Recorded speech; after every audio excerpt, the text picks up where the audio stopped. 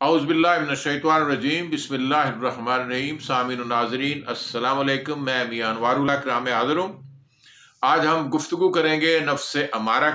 کے بارے میں، نفس لوامہ کے بارے میں اور نفس مطمئنہ کے بارے میں۔ پہلی بنیادی بات یہ ہے کہ پہلا عمل ہے ایمان کا، کہ جب ہم زبان سے اقرار کرتے ہیں اور دل سے مانتے ہیں، خدا کی وحدانیت پر یقین کرتے ہیں، خدا کو الہ مانتے ہیں، رب مانتے ہیں، خالق مانتے ہیں، رازق مانتے ہیں، اور پھر حضور نبی اکرم صلی اللہ علیہ وسلم تاجدار مدینہ کی رسالت اور ان کی نبوت پر ایمان لاتے ہیں اور ان کو آخری نبی سمجھتے ہیں، اور پھر ہمارے ذہنوں کے اندر یہ تصور آتا ہے کہ یہ دنیا دارالعمل ہے، دارالجزاء و سزا، قیامت کے دن ہمیں ملنا ہے۔ یعنی ہمارے ذہن میں یہ تین بنیادی عقائد آ جائیں ابتدا میں: خدا کو ماننے کا عقیدہ، نبی اکرم کی رسالت کو ماننے کا عقیدہ اور قیامت کا عقیدہ، تو پھر انسان کی تکمیل ایمان کی یہ ابتدا ہوتی ہے۔ اور پھر یا ایھا الذین آمنوا وعملوا الصالحات، یعنی ایمان کا جو اجر ہے، ایمان کا جو ثمر ہے، وہ عمل صالح ہے۔ اور جب ہم دنیا کے اندر اعمال برپا کرتے ہیں تو ہمارے انسانی ذہنوں کے اندر برائی کی طرف آمادگی بھی پیدا ہوتی ہے، انسانی نفس بھی آمادہ کرتا ہے، اور خارج کے اندر شیطان جو ہے وہ بھی انسان پر آگے انسان کو مروب کرتا ہے، ترغیب دلاتا ہے، اسے احساس دلاتا ہے کہ یہ تمہارے لیے یہ لالچ کا کام اور دنیا کی منفعت بخشی کا کام یہ تمہارے لیے بہترین کام ہے۔ یعنی انسان کے ذہن کے اندر جو برائی کی طرف آمادگی ہے یہ نفس امارہ ہے۔ اور پھر نفس امارہ کے بعد جب انسان ایمان کی طرف رجوع کرتا ہے، نیک عمل کی طرف رجوع کرتا ہے، تو اس کا ضمیر اسے ملامت کرتا ہے۔ یہ ملامتی کا جو عمل ہے یہی نفس لوامہ ہے۔ یعنی نفس امارہ اور نفس لوامہ کے اندر فرق یہ ہے، انسان جب غلطی کرتا ہے تو نفس امارہ آمادہ کرتا ہے، جب نفس لوامہ جب اس غلطی پر انسان کو اپنے گناہ کا، غلطی کا، خرابی کا احساس ہوتا ہے تو نفس لوامہ ہے۔ اور پھر یہ نفس لوامہ جو ہے وہ نفس مطمئنہ میں کس طرح تبدیل ہوتا ہے؟ جب انسان اپنے ضمیر کی عدالت میں آ کر غیر مطمئن ہوتا ہے، اللہ کی طرف دوبارہ رجوع کرتا ہے، نبی اکرم کی سنت کی پیروی کرتا ہے، اللہ کے دیے ہوئے احکامات پر عمل پیرا ہوتا ہے اور خدا سے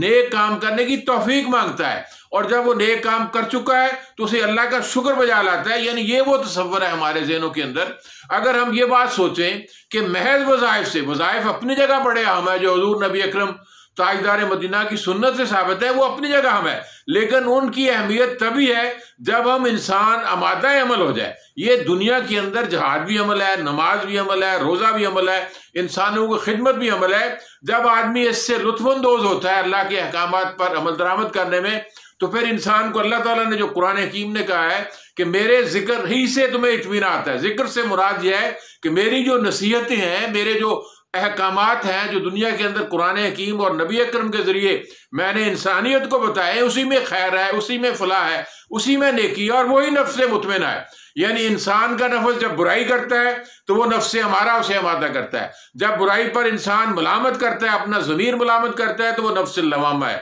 اور جب نفس مطمئنہ پھر انسان خدا کی طرف رجوع کرتا ہے، نماز سے، روزے سے، حج سے، زکوٰۃ کی ادائیگی سے، نیک اعمال سے، انسانوں کی خدمت کرنے سے، تو وہ جو جذبہ انسان کے اندر ہے، وہ جو خدا کے ذکر سے جذبہ پیدا ہوتا ہے، خدا کی نصیحتوں پر عمل درآمد سے جذبہ پیدا ہوتا ہے، وہی نفس مطمئنہ ہے۔ یعنی دنیا کے اندر اگر انسان یہ چاہتا ہے کہ وہ پرسکون زندگی بسر کرے، تو پھر وہ راستہ ایک ہی ہے، راستہ ہے وہ جو اللہ کا راستہ ہے، نبی اکرم کا راستہ ہے، دنیا کو فلاح پہنچانے کا راستہ ہے، دنیا کو فائدہ پہنچانے کا راستہ ہے، اپنی ضروریات کو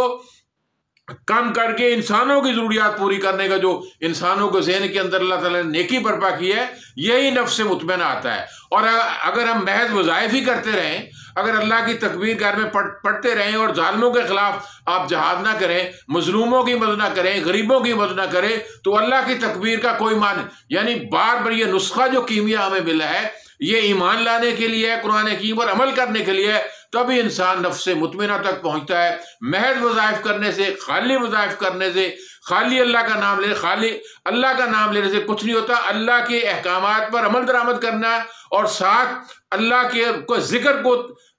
پوری طاقت سے کرنا، اس سے انسان جو ہے وہ نفس مطمئنہ کی منزل پر فائز ہوتا ہے۔ وآخر دعوانا والحمدللہ رب العالمین۔